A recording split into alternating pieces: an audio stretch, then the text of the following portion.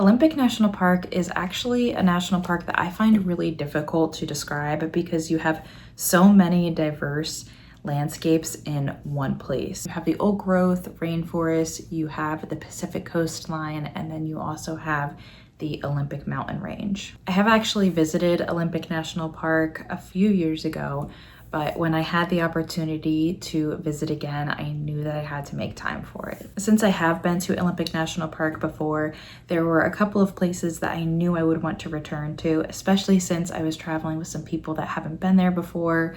On this trip, I was traveling with my aunts and uncles, my mom and dad, and then my boyfriend.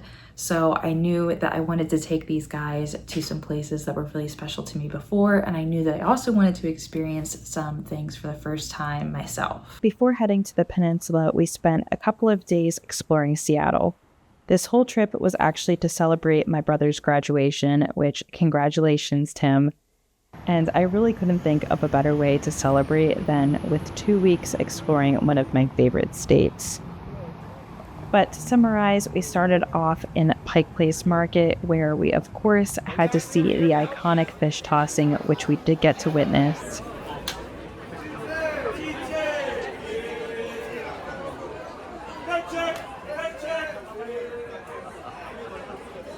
And we somehow ended up in a parade for a new store's grand opening, which was so much fun feeling the energy. And we continued bopping around until we were ready to head back home, have some dinner at Fremont Brewing before ending our day at Gasworks Park just as the sun began to set. The grassy hillside was filled with people, families, friends, couples, dogs, and colorful kites floating overhead. Usually a crowded park would take away from the experience, but here it somehow did the opposite. There was this shared appreciation for the moment as everyone looked out over Lake Union toward the Seattle skyline. With the pretty orange and yellow colors of the sunset, it was simply one of those travel moments that really sticks with you after the trip is over. If you are visiting Seattle, I definitely recommend ending one of your evenings here. Bring takeout or a picnic, grab a spot on the hill, and give yourself time to watch and enjoy the sunset over the skyline. The next morning, we boarded the Edmonds to Kingston Ferry, officially beginning our Olympic Peninsula adventure. There's something about taking a ferry in Washington that just makes the trip feel like it's really beginning, and the views that you get from this ferry are just incredible. Our first stop off the ferry was to Port Townsend, which sits right where the Puget Sound meets the Strait of Juan de Fuca, making it one of the best places in Washington to experience the state's maritime history. Today, it's known for its beautifully preserved Victorian architecture, bustling marina, and vibrant boating community. It was such a relaxed atmosphere here. We wandered through downtown, grabbed a bite to eat, and then made our way over to the marina, where we walked out onto the pier and watched sailboats glide across the water. With the Olympic Mountains behind us and the Cascade Range visible across the Puget Sound, it was hard to imagine a more beautiful place to slow down for an afternoon. We stood against the railings of the pier here, just taking in the water with its incredible shades of blue, the sailboats gently rocking in the harbor, and the mountains surrounding us in every direction. This was just the perfect spot to stop before heading to the mountains. Okay, so this part of Olympic National Park, Hurricane Ridge, was one that I was so excited to go visit again, especially after moving from Pennsylvania to Virginia Beach. It is very flat here. There's not a lot of elevation, and I just really have been missing the mountains. I actually have a whole video about my move and everything.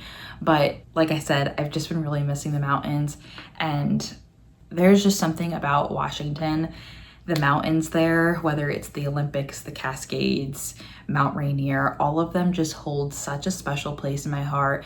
Granted, I've gone to visit multiple times, but yeah, there's just something so special about them. So I was really, really excited to go back to Olympic National Park. This was my second time visiting the park and my second time at Hurricane Ridge. And so we were really, really, really excited to see those Olympic mountains again. Hurricane Ridge is one of the most accessible alpine areas in Olympic National Park, and on a clear day, you can see for miles in every direction. I'd say it's pretty much impossible to not want to immediately jump out of your car and take in these views. Right from the visitor area parking lot, you are treated to just these expansive views of the Olympics, and thankfully, we were treated to a beautifully clear day.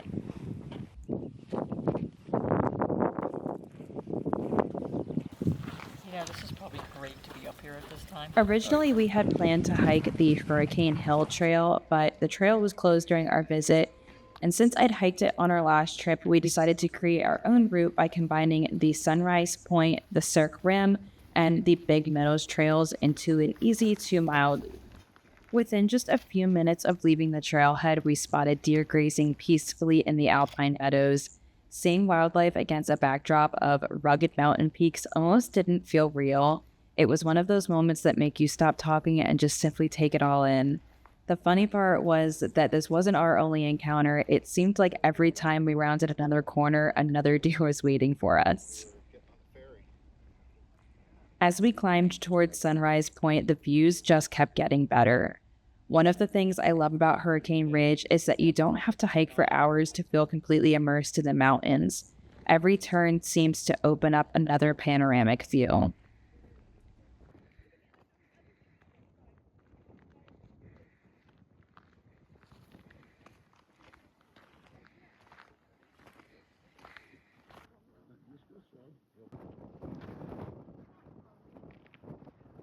Is that what you got, T-Mobile? Yeah. We have Mint's not that great either. It's okay to stay like locally around Busy cities areas. and stuff like that. Once you get to an area like this, there's a whole path. I zoomed in, so it's really different, and it'll take That looks like the original been like a deer path. it goes all the way up to that. From Sunrise Point, we could see the Olympic Mountains stretching across the horizon, the Strait of Juan de Fuca sparkling below us, and even Vancouver Island, Canada, in the distance. It's one of those places that makes you realize just how vast this landscape really is.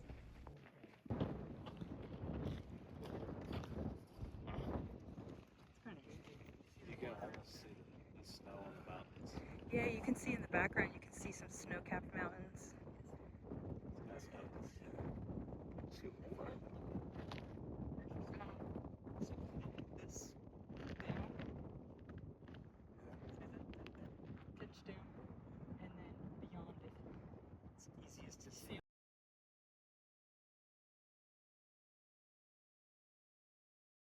As we continued along the Cirque Rim and Big Meadows Trail, the alpine landscape became just as captivating as the views themselves. Lupine were beginning to bloom, adding hints of purple to the meadows, and every direction another incredible perspective of the surrounding peaks was provided. Okay, now the guy's going downhill. We timed our hike almost perfectly as the sun dipped lower in the sky. The light turned warm and golden, giving the mountains a soft glow that seemed to change every few minutes. It was one of those evenings where no one felt rushed. We slowed down, lingered at the viewpoints, and simply appreciated being there together.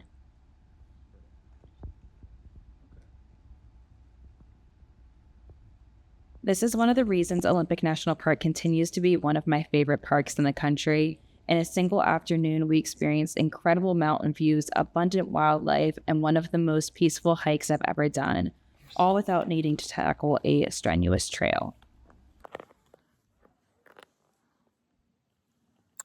And one of the really special and cool things about Olympic National Park is the national park actually protects 3 different ecosystems. So you have the coastal, the mountain, alpine region, and then you also have a rainforest.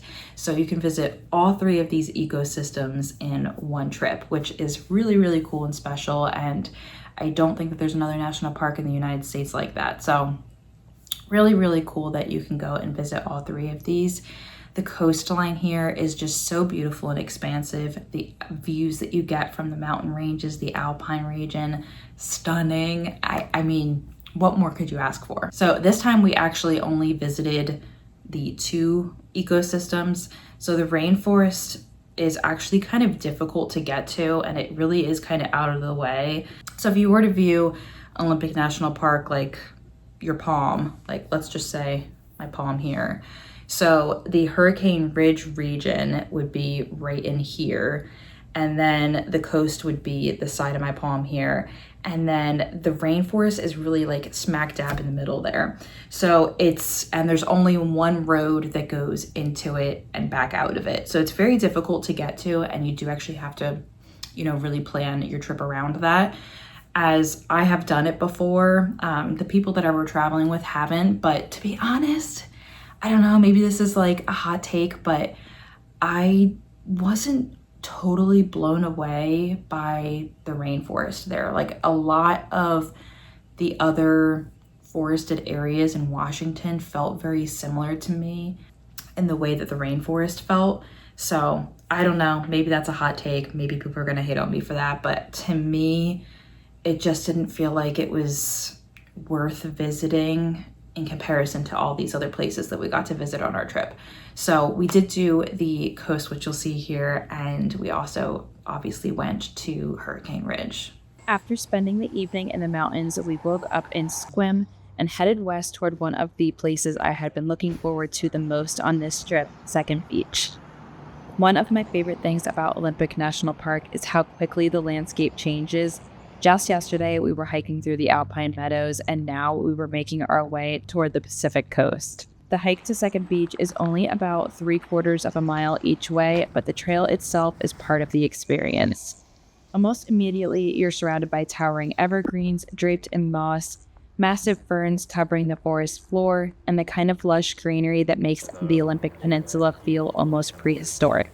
I couldn't get over all of the different textures: the soft moss hanging from the trees, the vibrant green ferns, the rough bark of the old-growth trees. It felt like every few steps there was something new to notice.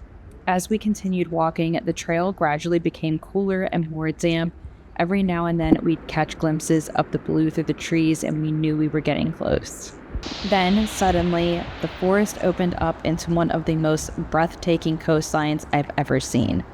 Massive sea stacks rose right out of the Pacific Ocean, driftwood stretched across the shoreline, and waves crashed against the cliffs in every direction.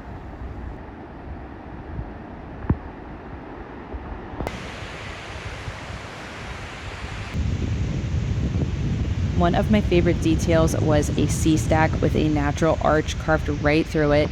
It's amazing to think that these giant rock formations were slowly shaped by wind and waves over thousands of years.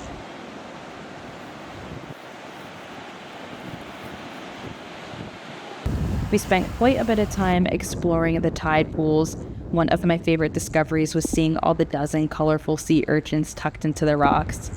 It's just incredible how much life exists in such a small area if you slow down and really start looking.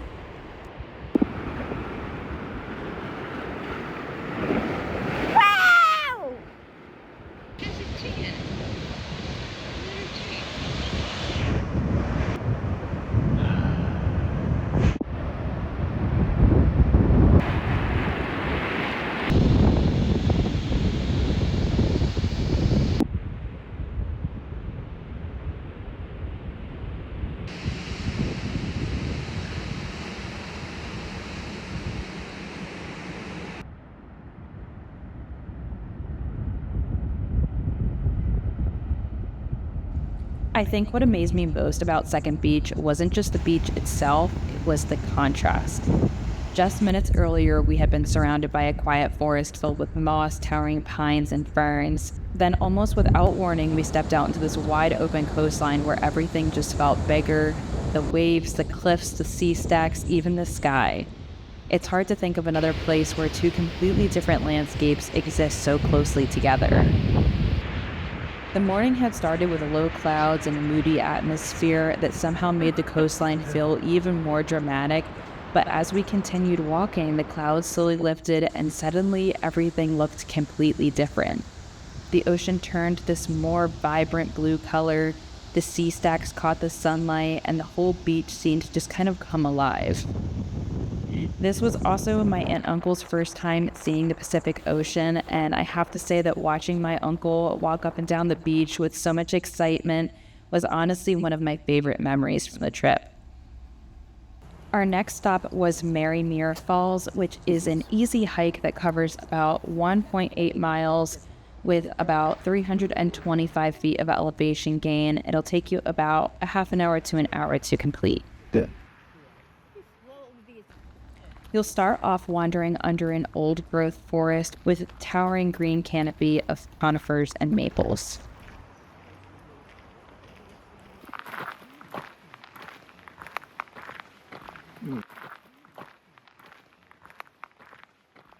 Selfie? Yeah.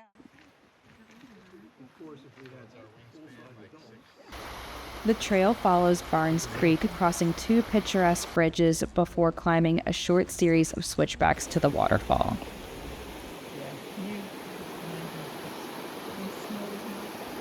The creek was steadily flowing, and the water was crystal clear, allowing you to see the colorful bed of rocks underneath.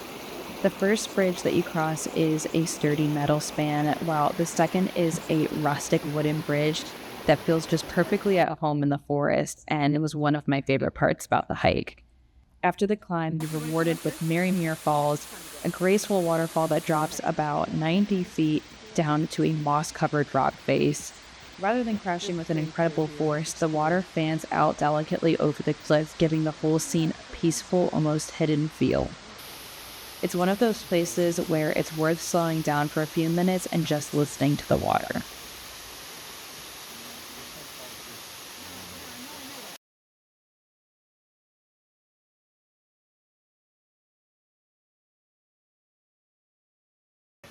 After hiking Marymere Falls, there's only one logical thing to do. Jump into Lake Crescent. I've swum in glacier-fed lakes before, but this might have been the coldest water I've ever experienced. We started by slowly walking in so that our bodies could acclimate, but I don't think I've ever felt my body go that numb before. But as we were walking back out, I looked at my boyfriend and I told him I was going to jump. It was totally worth it. It felt like electricity was pulsing through my body. I felt alive. Lake Crescent just almost doesn't look real. The water is just this unbelievably vibrant blue that looks like somebody just turned the saturation up or filled the lake up with some blue Gatorade, even though that is exactly what this looks like in person.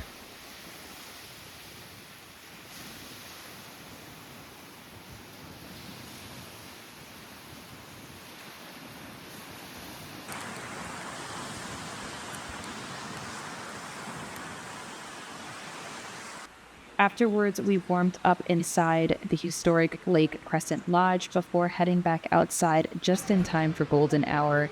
Watching the sunlight reflect across the blue water while the surrounding evergreens glowed in the evening light was just the perfect ending to this day.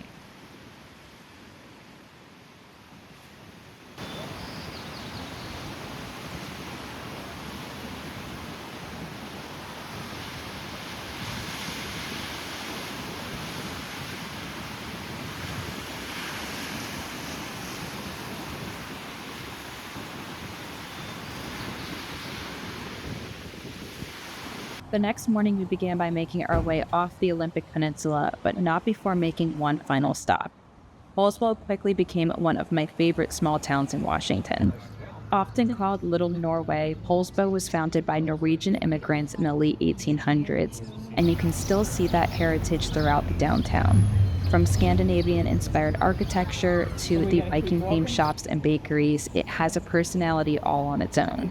Our first stop was Sly's Poulsbo Bakery, a local institution that's been serving the community for generations. With rows of fresh breads, pastries, and Scandinavian treats, choosing one thing was not easy. I decided to try their famous Viking cup, and it definitely lived up to the hype. After grabbing a treat, we wandered downtown before making our way to the Liberty Bay Waterfront Park and Marina. I loved how relaxing everything felt. Sailboats gently rocked in the harbor, people strolled along the waterfront, and colorful flower beds lined the streets. It's one of those towns that immediately makes you want to slow down and spend a little bit more time exploring.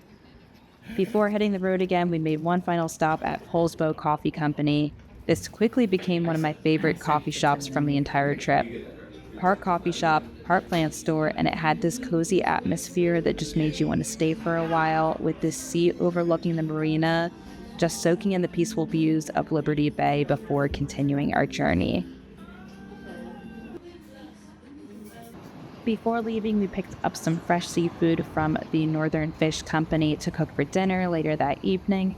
It was the perfect way to end our time on the peninsula before continuing to our next stop. So one thing that I did learn from revisiting Olympic National Park is that even though I have visited this park before, it didn't feel the same as the first time I went there.